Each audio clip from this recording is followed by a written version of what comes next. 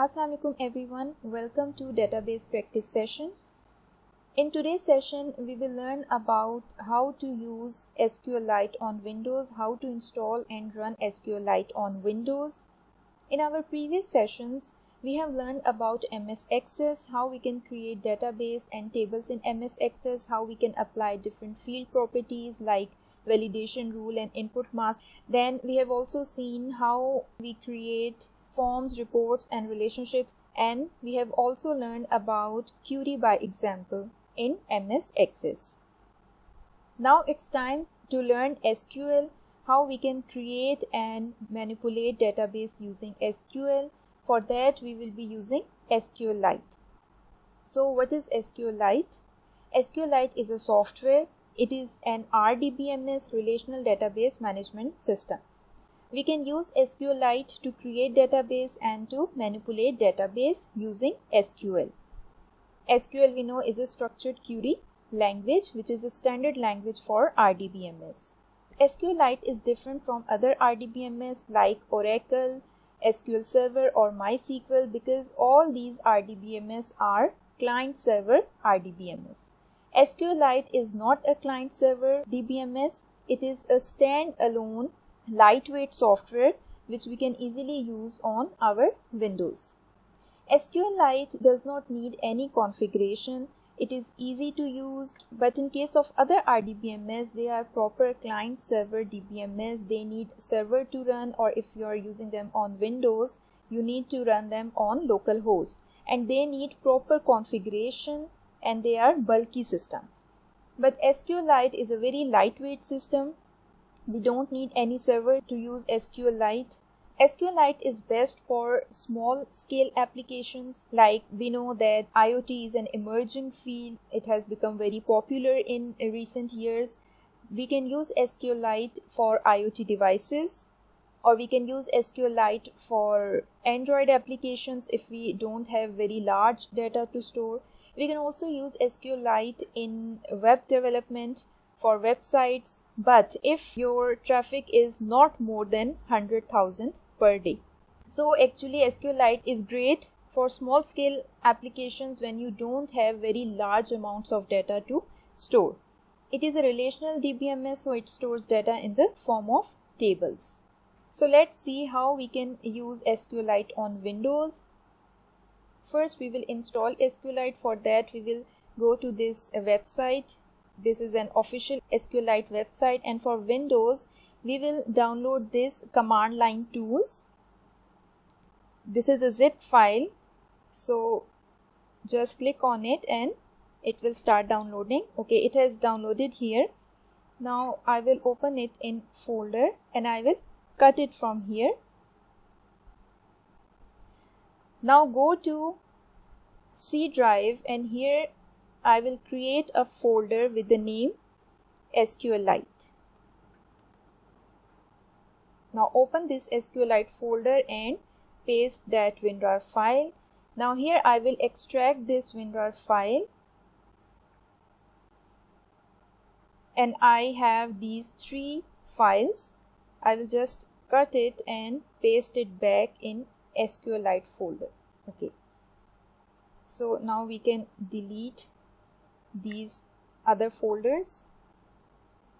So now we have in C drive SQLite folder, and in SQLite folder we have these three files. So you see that we don't even need to install SQLite. We just need to copy paste SQLite from the website.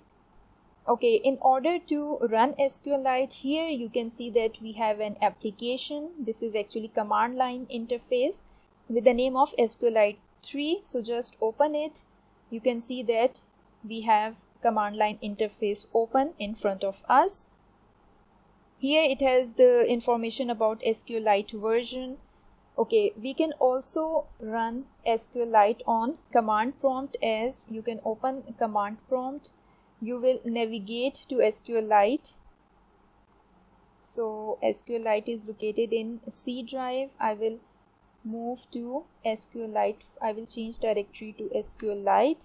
Now it is in SQLite directory. So if I will write SQLite 3 here, it will open SQLite, and you can see that it has same information like we have here. So it depends if you want to open it from command prompt or if you want to open directly this SQLite3.exe. Okay, now we have different SQLite commands, like if I write .help, it will show me all the commands that we can use in SQLite. We will be using some of them. Okay, now in order to start with data manipulation language commands, DML commands, we need some sample database. So the sample database is provided by SQLite itself on this website. I will add this link in the description of this video. From here you can download this SQLite sample database. Okay, it is also a WinRAR file.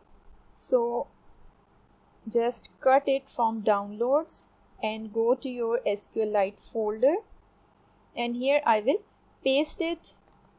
I will extract here, and here you can see that we have this database file with the name of Chinook.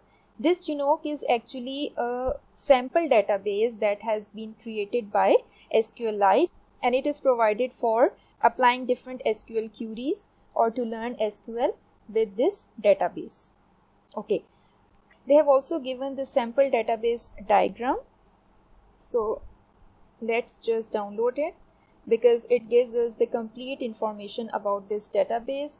Here you can see that these are the different tables, like we have employees table which has information about employees, then we have customers table, we have invoices tables, invoice items, we have albums and tracks table.